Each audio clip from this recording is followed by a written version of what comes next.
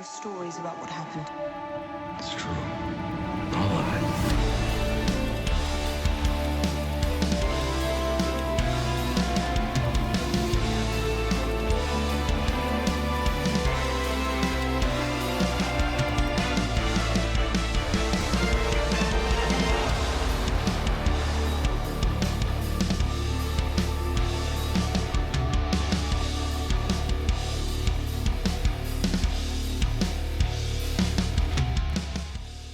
Hello, everyone, and welcome to this episode of the Star Wars Canon Podcast, episode 38. I am your host, Brian Miller, and I'm so glad you decided to join me to talk about our favorite thing in the world yet again, Star Wars. I'm going to let you guys know off the rip, this probably isn't going to be a very long episode. There wasn't a whole lot in the way of news to really talk about this week, and I picked out a few mailbag questions for this the second half of the show.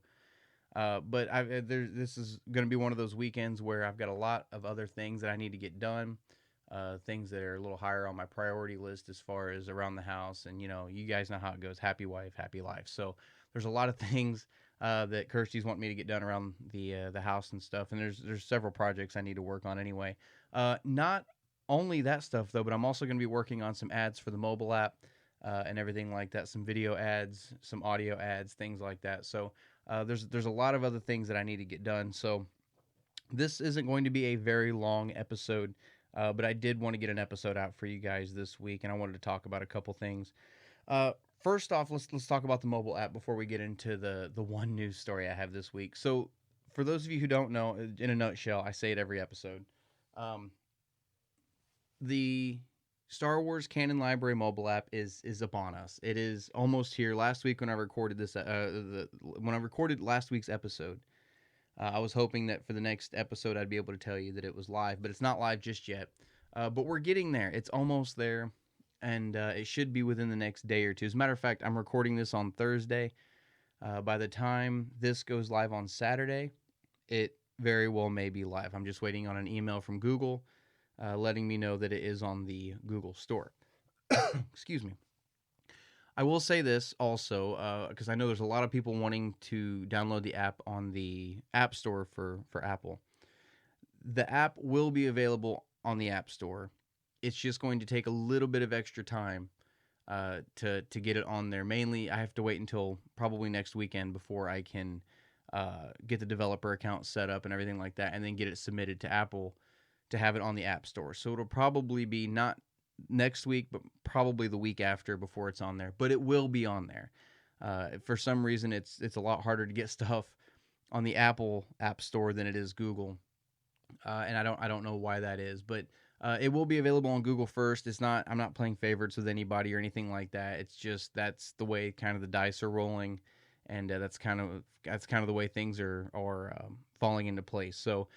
Please forgive me. Thank you guys for your understanding and your patience. If you're wanting to download it for Apple, I will get it on there. Like I said, it's just going to be an extra couple weeks. But the mobile app is finished. It's going to be live on Google within this next week, and I'm very, very excited for it. There are a couple of things that I want to tweak on it, but I have to wait because now it's been submitted to Google. So I have to wait until it goes onto the store before I can make some of these changes because it's in review right now. So when the app launches, that will be, when you guys download it for the first time, just know there are a couple of little changes coming to it and an update. And, I've been getting some really good suggestions for future updates for the app. And one of them in particular that I wanted to address that I am going to end up doing, but it's going to take some time to implement.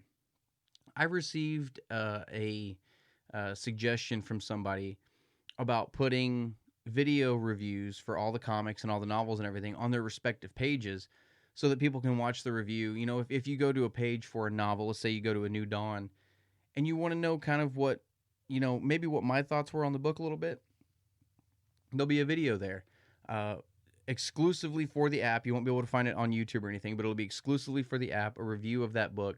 And I really do want to sit down and do something like that. I think it's one of those things where I would have to sit down and make it an actual series of videos, all in the same format, and just go through the novels one by one by one by one. And, every time a new one comes out, actually, before I even put it on the app, have a review ready to go for it. Maybe not necessarily a review ready to go the day of, but I mean, within the next week or two after it comes out, yeah, put a review on there. And I think that's something that I think that'd be a great idea. I really do. Now, remember, it would just be my opinion. What I say isn't, Bible gold. It's just my opinion, but I think it would be very productive to put something like that on the app. So I think I'm going to implement that. There will be a big update coming on the app within the first 6 months to a year, and I'm hoping that will be part of that update. So I wanted to throw that out there as well. And then also with the update that's going to be coming, that particular update, I'm hoping to put a merchandise store on there as well. And maybe, put some t-shirts, some keychains, just some stuff like that. Because Kirsty and I have been talking about this coming tax season here in the U.S. Because I know I just found out there's a lot of people around the world that listen to this podcast. Here in the U.S. for our tax season, we're going to be purchasing a piece of machinery that we can etch logos and pictures and stuff like that on a whole. I mean, just all kinds of things. So we're going to be putting together a little bit of a merchandise store to also put on there as well. Now, there is something I want to put out, with the podcasting world, I know the Star Wars Canon podcast isn't one of the biggest Star Wars podcasts out there. It's not a Rebel Force Radio. It's it's not that big, and that's fine with me. That doesn't bother me, because I would rather have a very few good followers and people who accept other people's opinions without putting them down. I'd rather have a few good followers than a million toxic followers, if you get what I'm saying. So, but what I'm getting at is eventually, if you are listening to this podcast and you're a podcast host yourself, or if you have your own Star Wars podcast or anything like that, I'm eventually wanting to put on more Star Wars podcasts on this mobile app.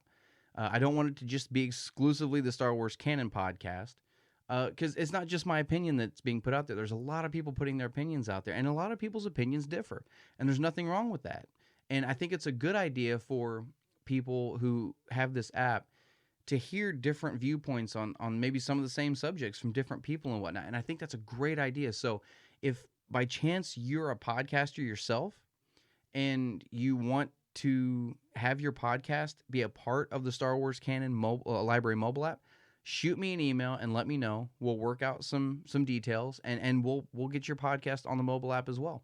And obviously that has a lot to do with the success of the mobile app as well. Because I was looking around on Facebook, and I forgot to silence my phone. I've been looking around on Facebook, and I've seen some comments about some other Canon mobile apps that were made that just nobody updates anymore. I guess they made the app and then it, fell into, I don't want to say disrepair, but that's basically what it is. It was never updated, and I don't know if they got bored with it or if they couldn't afford to keep it going or what, but those apps have kind of fallen off the map a little bit and have never been updated. And I'm hoping to update this one every week. So hopefully this app will be something that is great for Star Wars fans, and I think it'd be a great tool for them. I even sent I made an ad for the podcast, and I sent it out to a whole bunch of Star Wars authors, and I've received responses back from several of them saying, yeah, I'd love to do this. A couple of them have said, well, I don't know if I can sanction anything that's unlicensed, which I completely understand. I totally get that. I know John Jackson Miller, I sent it to him, and he said that he wasn't able to put anything out that was unsanctioned, unlicensed, you know what I mean?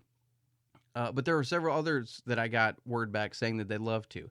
So I'm hoping that this thing blows up, and I'm hoping this thing becomes something that a lot of Star Wars fans look at and say, we need this. This is something that, that we should have had a long time ago. So the Star Wars mobile app is coming very, very soon. Guys, it's hopefully now, I know I said it last week, hopefully now, next week when I do the episode, I'll be able to tell you guys that it's live, and I'll have a link to it in the description of the podcast. So with all that out of the way, let's get into the one news story that I had for this week. And it's really, it's not really that big of one as far as I'm concerned, but people out there like different things, and there are people who like this certain book series that I'm not a big fan of so far. Basically, the story is Alphabet Squadron Victory's Price has been announced. It is the third book in this Alphabet Squadron trilogy. They've announced that its release date is March 2nd. That's like 6 months away. I'm in the middle of the second book right now, so I shouldn't even say in the middle of it. I'm like 4 chapters into the second book.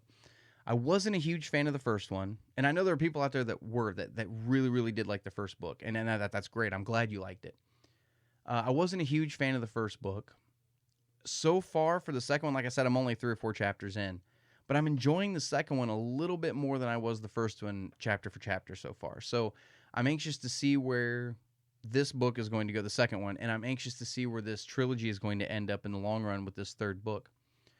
The synopsis for Alphabet Squadron Victory's Price goes as follows. It says, in the wake of Erica Quell's shocking decision, which obviously we don't know what that is yet, or I don't know what that is yet, in one of the fiercest battles of their lives, the remnants of Alphabet Squadron seek answers and closure across a galaxy whose old war scars are threatening to reopen. Soren Keyes has returned to the tip of Shadow Wing's spear, Operation Cinder. The terrifying protocol of planetary extermination, which began in the twilight of the Imperial era, burns throughout the galaxy. Shadow Wing is no longer wounded prey fleeing the hunters of the New Republic. With its leader, its strength has returned, and its Star Destroyers and TIE squadrons lurk in the darkness between stars, carrying out the fallen Emperor's final edict of destruction, as well as another stranger mission, one Keyes has championed not for the dying Empire, but for its loyal soldiers. Alphabet Squadron ships are as ramshackle and damaged as their spirits, but they've always had each other. Now, as they face the might of Keyes' reborn juggernaut, they aren't even sure they have that. How do you catch a shadow? How do you kill it? And when you're finally victorious, who pays the price? So, this really isn't spoilers for the second book. Del Rey put this description out now, and you know, honestly, the second book has been out for a while, so it's given people a chance to read it and kind of figure out what's going on. For me personally, I haven't finished the second book, so some of this stuff I'm kind of wondering what's going on, and maybe some of this will be in a little bit better of a context once I finish Shadowfall. But this book is set for March 2nd, and so far, like I said, as far as I am into the second book, I'm excited for the third. And to be completely honest, I'll say this too: there's a part of me that is excited for this book, and then the other part of me sits there and says, oh, thank God this is almost over. Excuse me. Thank God this trilogy is almost over. And I made the joke to Kirsty the other day. You know, this book comes out in 6 months, so a year from now, I'll finish the Alphabet Squadron trilogy. It was just a little inside joke I made to her. Like I said, I wasn't a big fan of the first book. So if you guys are a fan of the Alphabet Squadron series, this is good news to you. There's another one coming very, very soon. They're pumping them out pretty quick now. And so you have something to look forward to. And as soon as the mobile app comes out, I'll get a page made for it and get it on the upcoming canon list. So you guys can get a little more information on that. So, guys, that's the only news story that I've had so far for this week. That's the only one. So before we get into mailbag questions, you guys know every week I do try to focus on one piece of canon material and kind of give a little bit of a review for it. And I thought that I had already given a review for this piece of canon material, and maybe I have, but I, for some reason, couldn't find it on the YouTube channel anywhere. So I figured, why not? Let's just go ahead and sit down and do this. So if you guys haven't noticed the pattern, I guess you could say, of what pieces of canon material I'm picking, I'm starting at the beginning of the timeline with novels and just going through them at this point. Last week, we talked about Queen's Peril, and I thought it was only appropriate that the next book we were going to talk about this week would be Queen's Shadow by E.K. Johnston. Now, Queen's Shadow came out before Queen's Peril. Peril was a prequel to this one. But Queen's Shadow for me was a pleasant surprise because there hasn't been a lot of Padme stuff in the new canon. She's only popped up a little bit, you know, outside of Clone Wars. She's only popped up a couple of times in some of the other canon. Sure, she's had a comic issue here and there, like the Age of Republic comic and whatnot like that. But really, she's only popped up in, I think, the Thrawn Alliances novel. She kind of was forefront there. But other than that, there really hasn't been a lot of Padme stuff. So Queen's Shadow for me, I was just like, you know, I wanted more Padme stuff. But I wasn't entirely excited about this story before it came out. And upon reading it, it was a pleasant surprise. I absolutely loved Queen's Shadow. The story of Queen's Shadow It takes place between episodes 1 and 2, and it's the story of Padme. Her term as queen has run out, and there's a new queen being elected. And we know from episode 2 she told Anakin, that the new queen asked her to stay on as senator. And that's basically what this story is her kind of transition from being queen to being senator, and still keeping her same handmaidens around. Sabe, to be more specific, and honestly, she is the Queen's shadow, Sabe, played by Keira Knightley in episode 1. That's this story is basically her relationship with her handmaidens as she's becoming senator and kind of doing that transition. And there's a lot of parts in that book that I really, really enjoyed. There are a couple parts I laughed out loud because, Padme and her handmaidens were still switching places, and because, they all look alike. They were switching places and testing it on certain people and seeing if they could get away with it and stuff like that.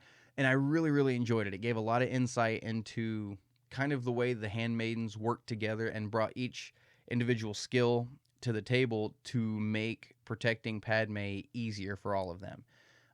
Whether that be making headdresses lighter or dresses that she could escape out of quickly, which, hearing myself say it, it doesn't seem like it would be that interesting, but the way it was written was absolutely awesome, and I loved it. And I had a lot of fun with Queen's Shadow. I will give you this. Not a lot, I don't want to say not a lot happens in the book, because a lot happens in the book, but nothing really exciting happens in the book, to be completely honest. A lot of it is political. A lot of it is focused around Padme and the relationship with Sabe and moving forward. But it was still a great read. I had a lot of fun with it. I actually enjoyed Queen's Shadow a lot more than I did Queen's Peril. For those of you who watched last week's episode where I talked about Queen's Peril a little bit, the first 2/3 of the book was its own story and kind of the other end of the spectrum, if you would, from where this story takes place. Queen's Peril was the beginning of her terms as queen, and then it kind of bumped into episode 1, and it kind of got watered down a little bit.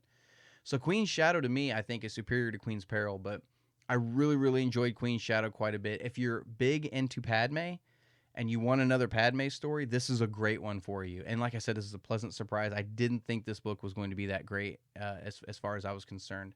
But it's definitely one I think you guys need to check out. And like I said, I laughed a lot during it. There was a couple parts where, one part in particular, I'm not going to say who it was. One senator comes face to face with Padme in this book while her and Sabe have kind of switched places, and the reaction is absolutely hilarious. And the way this senator finds out what's going on is absolutely great. And I actually laughed really hard when I was reading the book. So go check out Queen's Shadow. It's a lot of fun to read, guys. You're really going to enjoy that book. I promise you. Like I said, it was a pleasant surprise for me. Hopefully it's a pleasant surprise for you as well.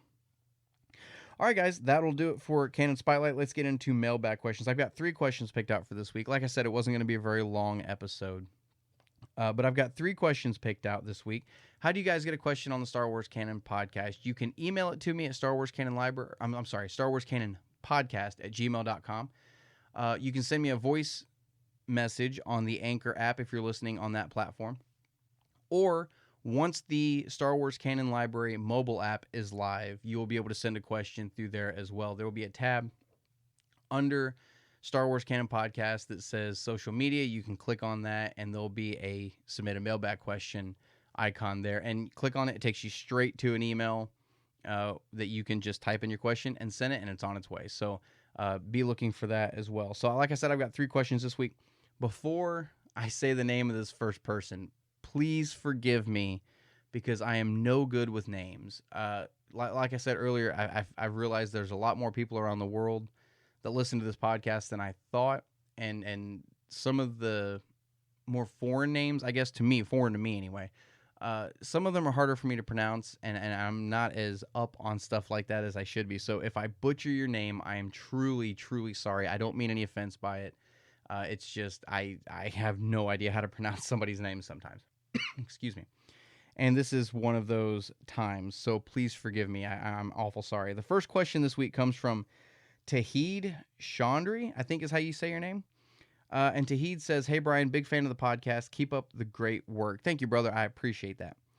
I recently rewatched the Umbara arc and really loved the end of the last episode, with Fives and Rex contemplating what they'll do after the war is over. It got me thinking, would you be interested in a novel pre-Attack of the Clones with a focus on the clones as they're growing up? They're soldiers bred for a war that to them doesn't exist yet. What does that do to their mind, knowing that it only exists to fight a manufactured and seemingly meaningless war? Thanks for the question. And it's a great question. I've never thought about this before. Because you're right. The Umbara arc for Clone Wars was one of the greatest arcs in that entire series. And it really did delve into kind of the psyche of the clones a little bit, talking about something like that. And yeah, I would love to have a novel that kind of discussed that a little bit and kind of explored that psyche a little bit more.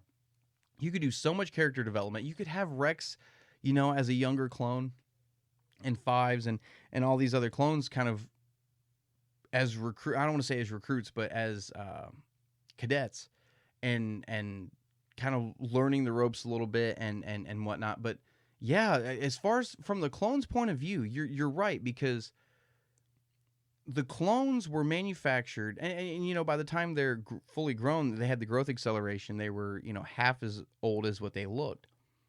By the time during that time, yeah, you've got to have them sitting around going, so why are we soldiers? There's no war right now. What's going on? You know what I mean? And how do you tell a clone that's been manufactured for the sole purpose of fighting in a war that is going to end up being manufactured? How do you justify saying, "Oh yeah, you're a clone, you're part of an army that's going to fight a war here in a little, in the next several years that nobody knows is coming yet"? Well, how do you know it's coming? You know what I mean? So there's a lot to that you could have great character interactions with, great character development. It'd be a great reason to bring back, Rex and Fives, Echo, all these other clones. It'd be a great reason to bring them all back. You could explore maybe the background of even the Bad Batch a little bit. You know what I mean? Or, of 99. Everybody loves 99. There's so much you could do with a story like that. And you could do some little nods to things here and there. You could talk about the inhibitor chips a little more. Maybe give a little bit more history on those, a little more background, a little more info on those. You could really delve into something like that. So yeah, I'd love to see something like that. I've never thought about that before. And yeah, that'd be a lot of fun to read, I think. And we really don't have we don't have any novels centered around clones at all.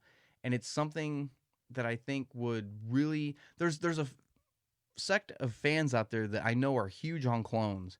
And this is something that I think would really be cool for them. And we're getting a lot more Clone Wars stories now with the Star Wars Adventures Clone Wars Battle Tales. We're getting that 5-issue run that takes place before the Clone Wars series picks up.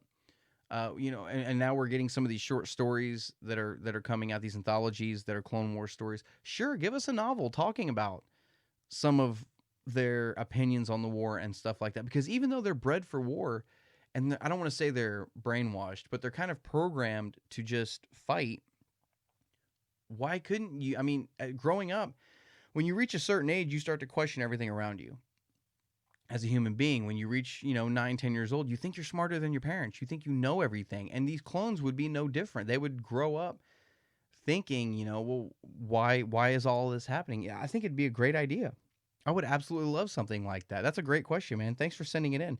And it got me thinking about that. I like I said, I never thought of it before. So thanks for the question, man. I do appreciate it. Question number 2 this week comes from Grady Warren. And Grady says, Brian, so glad to have you back on the mic after your break. I'm so excited for your mobile app and look forward to downloading it and purchasing the timeline. You do so much work for next to nothing, and you deserve to have this app be as successful as possible. Well done. Thank you so much, Rim, for the kind words. I do appreciate it. My question is, have you seen the reordering of the Star Wars titles? Would love to hear your thoughts. May the Force be with you. Thanks for the question, Grady. Yeah, so this came out, I think, last week. I'd seen it before last week's episode, but I didn't bring it up or anything. There was so much other stuff to talk about. And I'm glad you brought this up because, yeah, this is interesting. So, like a week and a half ago, it came out that a fan had sat down and figured out a way to rearrange the Star Wars titles from the episodes, from the films, to where they made a lot more sense compared to what they are now. And some of them are awesome. A lot of this makes a lot of, there's one that I'm like, maybe it won't make a lot of sense, but I can see why, why it fell where it did. But it's a lot of, and I've got them here. So this guy rearranged the titles around so that episode 1 is called The Rise of Skywalker. Since this is the introduction of Anakin Skywalker on Tatooine and everything like that, The Rise of Skywalker is episode 1. Episode 2 would be Revenge of the Sith, which is when the war kicks off and everything like that. Episode 3 is Attack of the Clones. I'm assuming referring to the clones attacking the Jedi and turning on them, and Order 66. Episode 4, Return of the Jedi. Makes all the sense in the world. Since Obi-Wan comes back, and he leaves Tatooine with Luke and Han and the droids and Chewie, he comes back to fight Vader again. You've got Luke, who is starting his Jedi training now when he finally tells Obi-Wan, I want to learn the ways of the Force and become a Jedi like my father. That's the Return of the Jedi. It's absolutely awesome that fits as well as it does. Episode 5, The Force Awakens, referring to Luke, I'm assuming, since his powers have really kind of, I don't want to say his powers, but his abilities have really kind of come to the forefront, and he's gotten some training in between episodes 4 and 5, not a lot by any means, but he's gotten a little bit there that, he's starting to feel it more. He's a lot more confident than he was in episode 4 and whatnot, so the Force is awakening in him, and it makes a lot of sense. Episode 6, The Last Jedi, which would still refer to Luke, even after episode 8 referred to Luke, this one would still refer to Luke, him being the last Jedi in the galaxy, which we know isn't actually true now from Ahsoka being, well, I mean, even though Ahsoka said she's no Jedi, but still there's other Jedi out there as far as, Ezra, he's out there somewhere, we know that, but still The Last Jedi makes a lot of sense for episode 6. Episode 7 is the one where I look at it and I'm not entirely sure if it matches really well. And they had episode 7, The Empire Strikes Back. I get why it makes sense. I get, and it really does. It totally makes sense. Especially now after seeing episode 9, knowing that the First Order was kind of an extension of the Empire after the fall of the Empire, if you get what I'm saying. Now that we know Palpatine was alive the whole time, and the First Order was there to avenge the Empire, basically, and was a new sect of it, a new version of it, if you would. So The Empire Strikes Back for episode 7 makes a lot of sense. Since the First Order is coming back to it's coming out into the forefront of the galaxy, it's taking over systems, it's striking fear into its citizens, stuff like that. So it makes total sense. Episode 8, A New Hope. This one's a little rocky too, now that I think about it, because episode 8 did end on a very dark note, whether you liked it or not. It ended on a dark note where you had all these resistance fighters at the beginning of it. You had a fleet, you had a base, and then you're narrowed down to 12.5 people on the Millennium Falcon at the end of episode 8. You go into that movie with the title A New Hope, and it's going to end on a decently, or at least you think it's going to end on a decently hopeful note. And in a way it kind of does, but at the same time, episode 8 ends with the decimation of the Resistance, and you have no idea how they're going to move forward from there, how they're going to rebuild or anything like that. So, excuse me, I get where it makes sense. And honestly, I see it. I feel like it takes away from a little bit of the film, seeing how dark episode 8 actually ended up being toward the end of it, and kind of where the state of the galaxy at the end of that film. And then episode 9, they went with The Phantom Menace, talking about Palpatine and how nobody knew where he was, and he just kind of came out of nowhere again. Like, you're still alive. It makes a lot of sense calling it The Phantom Menace. Whoever sat down and figured this out and realized that these titles were mixed up, I mean, quote unquote, mixed up, hats off to you. That's awesome. Like, that's really cool how they actually still kind of make sense that way. And after I saw your mailbag question, Grady, I went to look to see what the order of them was, and there's a lot of people talking about how they prefer it that way. And I know there's people watch the films in weird orders now, like the machete order and stuff like that. And now you get the titles all kind of mixed up. I think it's kind of cool, honestly. And give it a month, and you're going to be able to find sleeves that you can print off for your Blu-rays or for your DVDs with the titles all mixed up and whatnot that you can put on your own DVD cases or Blu-ray cases. I guarantee it's going to happen. But honestly, I think it's kind of cool. I think it's cool that they still work like that and in that way. And it's very, very interesting. And it really shows, look, you have to be a very passionate Star Wars fan to be able to sit down and realize that these all line up in a different way. And it says a lot about who the fan that came up with this, it says a lot about his fandom, that he cares about the movies enough to actually look at these titles, you know what I mean, and kind of look at a different way of to making each one work. You get what I'm saying? So I think it's absolutely cool. I'm glad you sent in the question because it's a lot of fun to read about, and it's really, because I read these to Kirsty, and she was like, those makes total sense. I said, yeah, right. I mean, they really do, and it's crazy how they actually still work that way. So it's kind of mind blowing. Thanks for sending in the question, man. I appreciate it. And the final question this week, this is kind of a big one, honestly, is from Katie Hunt. And Katie says, hey, Brian, I'd love to hear your thoughts on what happened with JJ's vision for the sequel trilogy. I know you've said for a while you don't believe Disney had a plan, but do you think JJ did? Also, how do you think the sequel trilogy would have fared having JJ behind the reins for the entire project? I'm looking forward to your answers and most definitely looking forward to your mobile app. I'll do everything I can to spread the word here in Australia. Thanks for the question, Katie, and thank you for being excited about the mobile app. Thank you for spreading the word. I appreciate it. So yeah, for the longest time, and I'm not the only one. There's a lot of people online talking about how they don't believe that Disney ever had a plan for this trilogy moving forward. And I know there's people out there that want to defend that, and you know, and they reach for straws, saying, you know, showing, oh, there was a plan. We have concept art from 2017 of Palpatine. Well, it should have been from 2012. If there was a plan, the concept art for Palpatine should have been from 2012, not 2017, 2 years after the first film came out. So I don't believe there was a plan as far as Disney was concerned at all. But you bring up an interesting aspect to this question, and that's the whole J.J. Abrams thing. Did JJ have a plan? And I'm look, anybody who's listened to the podcast knows that I'm not a fan of the sequel trilogy. I was up until Rise of Skywalker come out, and then it just kind of blew it all to hell for me. But did JJ have a plan going forward? I think he did. I think he had an idea of what he wanted to do with the trilogy, and where, kind of an idea of where it was going to end up going, even though he was only directing the first film. I feel like he had an idea of where he wanted it to end up at. And he might have even told, you know, Kathleen Kennedy, this is where I wanted to end up at. And she might have even been like, well, we'll just see where it goes. You know, you go ahead and make your movie and we'll see where it goes. So did JJ have a plan? I think maybe he might have.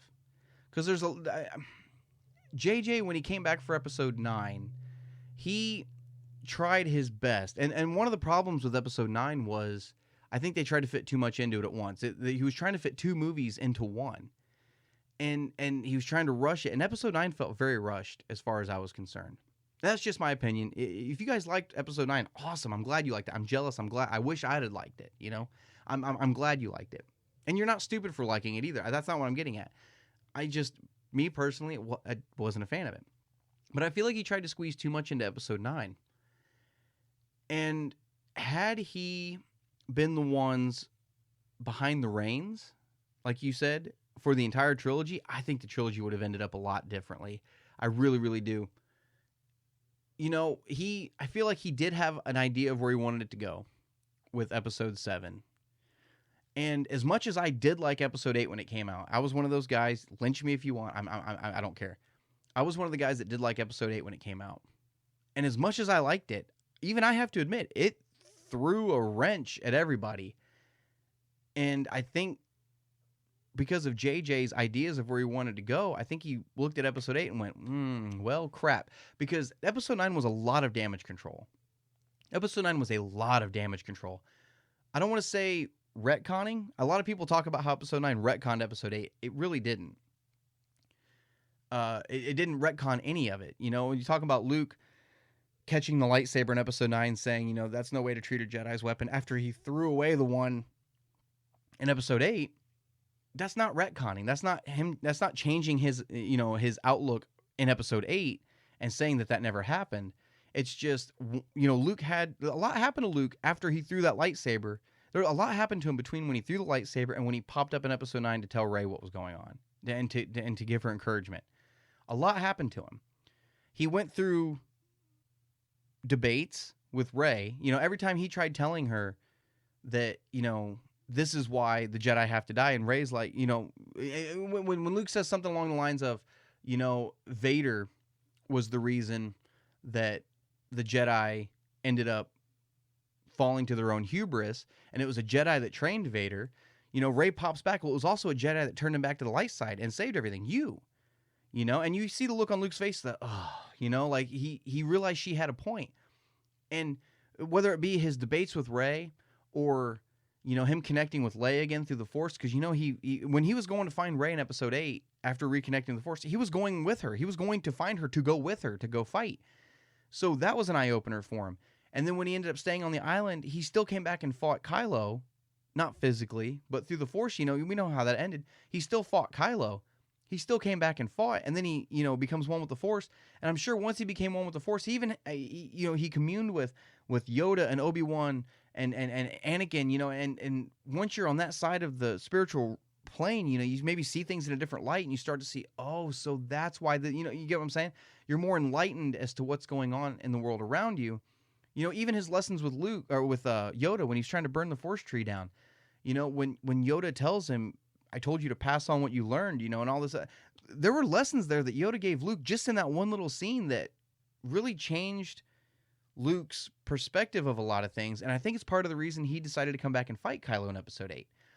So there was no retconning between Episodes 9 and 10. So by the time you see, 9 and 8. So by the time you see Luke in Episode 9 and he catches that saber, he knows everything now. He's part of the Force. He sees everything that's going on in the galaxy at the same time. He's wiser now. Once you're part of the Force, you're basically all powerful and you know everything. You have a different perspective on things from a certain point of view. They push the point of view thing a lot in Star Wars. So from Luke's point of view, yeah, his opinion changed a little bit. And there's nothing wrong with opinions changing, and even Luke tells Rey, I was wrong for coming here. I was wrong for just abandoning everybody. He says that I was wrong. It doesn't say that it never happened. It shows Luke, it was a learning lesson for Luke. So there was no retconning between Episodes 8 and 9. It just wasn't there. But when JJ tried to make Episode 9, I feel like he tried to damage control everything as far as the fans were concerned. And, they even talked about the Holdo maneuver, and he's like, that was a 1 in a million thing. When it really wasn't. All you do is point a ship at a Star Destroyer and activate the hyperdrive. That's not a 1 in a million shot. So there were things that I think he tried to fix that didn't need fixing. And I don't think he did things that he needed to do when it came to 9. And I think it was because his hands were so tied because of what had already happened with Episode 8. You know what I'm saying? Like, I'm sitting here defending some of Episode 8, but at the same time, Episode 8 was part of the reason. That was the monkey wrench that got thrown in to JJ's ideas, and then he had to turn around and try to fix everything. So had JJ been in charge of everything, had he been, I don't want to say directed all 3 films, because I don't like seeing directors direct more than 2 in a row, because it's easy to get burned out. I think he should have basically been the Kevin Feige of this new trilogy, for just this trilogy, not the standalone films, but just the trilogy, 7, 8, and 9. I think he should have been the one behind the scenes, working on everything, making sure everything connected, making sure a plan was being stuck to. And I do think, had he been at that position behind everything and making sure everything matched up, I think the sequel trilogy would have fared a lot better. I really do. I think it would have been more cohesive. I think we could have actually referred to it as a trilogy, because I don't refer to it as a trilogy. It's just 3 standalone movies that had nothing to do with the one before. I think it would have actually felt like a trilogy. And I think, had JJ done 7 and 8, and then they would have stuck with Colin Trevorrow for 9, I think we could have had a great sequel trilogy. I really do. If you sit down and read everything that Colin Trevorrow came up with for Episode 9, I think it would have really been great. And honestly, when I look at the concept art for Duel of the Fates, which was the title for Episode 9, or Colin Trevorrow's Episode 9, for those of you that don't know, when you look at the concept art for Duel of the Fates, you really get this Legends vibe, this Star Wars EU Legends vibe. Seeing Coruscant again, but with these classic trilogy characters and whatnot, you really do get that vibe, but with some of the Disney era characters and situations and factions thrown into it. I thought it was a great mix. Just seeing the concept art, let alone reading the thing. You sit down and read it, it's a great idea for a Star Wars film, especially the culmination of a 9 film Skywalker saga. So had JJ been in charge of all of it from beginning to end, I think it would have been a great trilogy. I really do. And, had one of the biggest things I think the trilogy had a problem with too.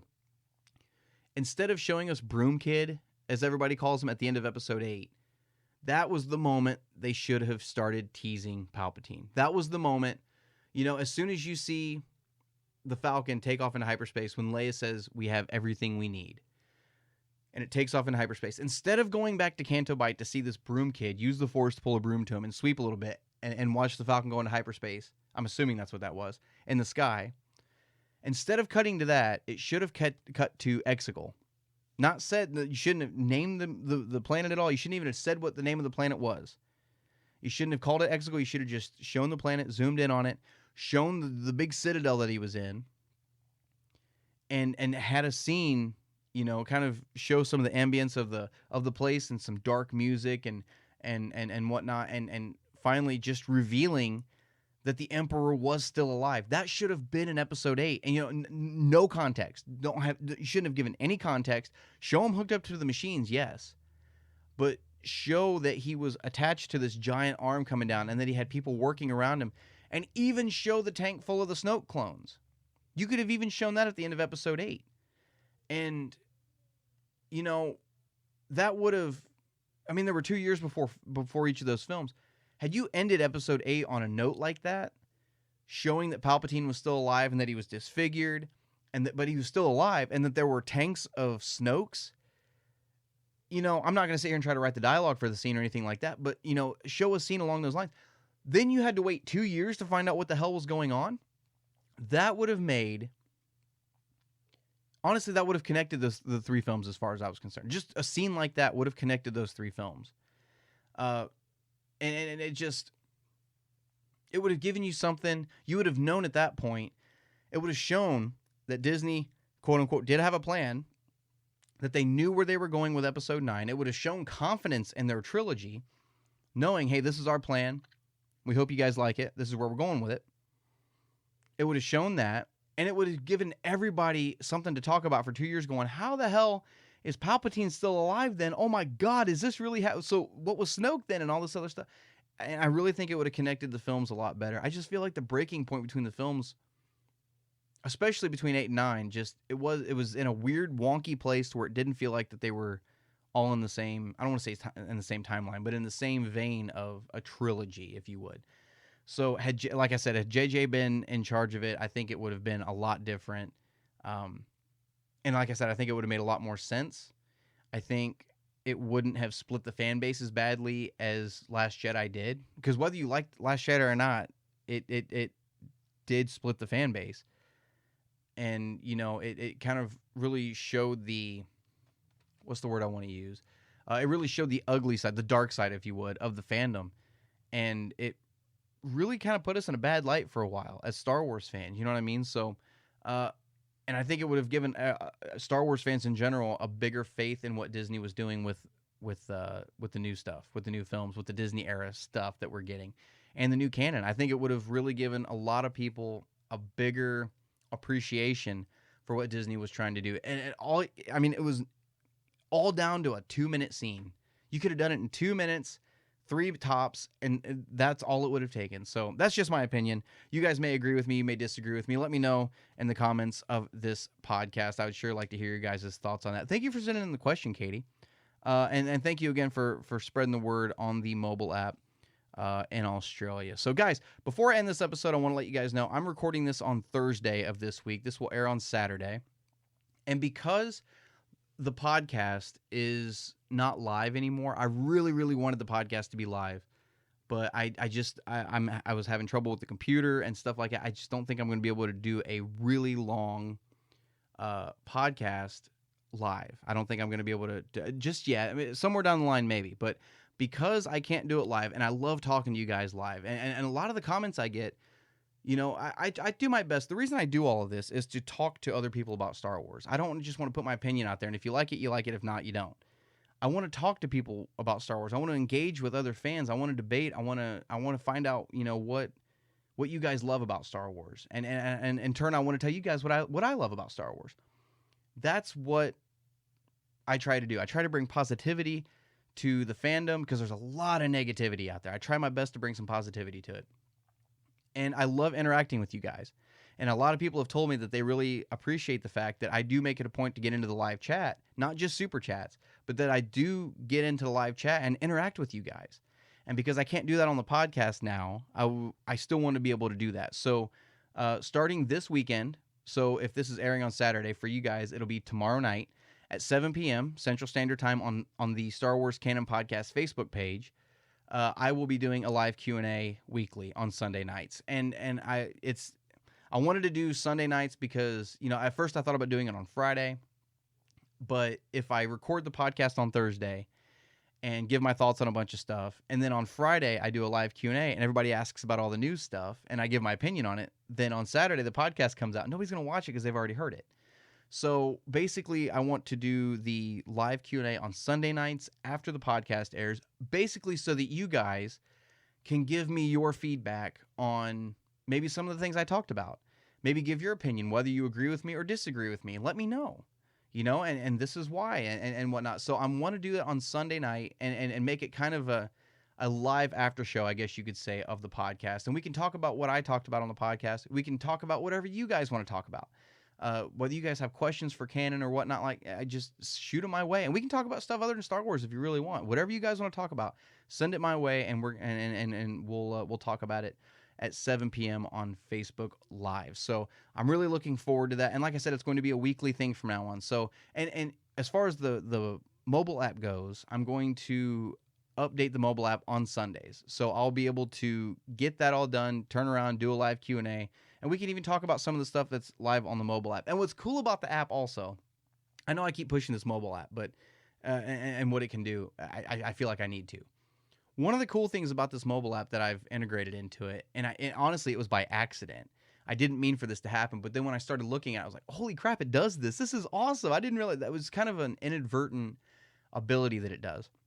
Because you can get on the Facebook page from the mobile app, I should be able to get the live feed from Facebook on the mobile app. There should be a way where I can put it on there so that you guys don't have to tune in separately. You get what I'm saying? So I'm going to see if there's a way in the coming weeks. It probably won't be this weekend, but in the coming weeks, I'm going to see if there's any way I can get those live Facebook Q&As onto the mobile app itself. And if I do a live video on YouTube, it'll be on there as well, since all the YouTube videos are on the app as well. So anytime the podcast goes live, or if there's any time there's a live Q&A or whatnot, that'll be on the mobile app as well. So I'm looking at some different options as far as live streaming video to different platforms at the same time. I know there's different platforms out there that can do that, but I'm looking in kind of my options and whatnot right now, trying to stream to everything at once. So if I can do these live Q&As and get them out to everything, they'll be on the mobile app as well. So keep an eye out for that. And guys, I'm really, really excited about this mobile app. I like I said, I know I keep talking about it, but this is something that I think a lot of fans need. And even if you're not interested in the podcast itself or anything that has to do with the YouTube channel, even if you're not interested in all of that, which you're not going to hurt my feelings if you're not. I know there's only there's not everybody likes listening to podcasts. But the rest of the mobile app, the timeline, the purchase Canon tab, the community tab, all the upcoming Canon, all of those are still great tools for you, even if you don't want to listen to the podcast. So what I've been telling everybody, don't download it just because of the podcast being attached to it. And don't download it just because you can follow the podcast. Download it because you can use it. Download it because it's something that will help you keep up with Canon material. So that's basically all it is. And that's all I really wanted to say about it. So tune in tomorrow night, 7 p.m. on the Facebook page. The link for that will be in the description of this podcast below. Thank you guys and gals for tuning in this week. I sure appreciate it. If you're new to the podcast and you like what you hear, be sure to give me a follow on whatever app or site you're listening in on. Check out the YouTube channel for upcoming reviews, interviews, and reaction videos, as well as the Facebook page to stay up to date what's going on with the Star Wars Canon podcast and the Star Wars Canon Library mobile app. Be sure to check out the Patreon account as well if you'd like to help support the Canon podcast. If you'd like to get a question on the podcast, you can send it to me through the Star Wars Canon Library mobile app once that goes live. Star Wars Canon Podcast at gmail.com, or if you have the Anchor app, you can record a message and send it to me that way. All of those links can be found in the description of this video. Like I said, thank you guys so much for tuning in. And as always, may the force be with you.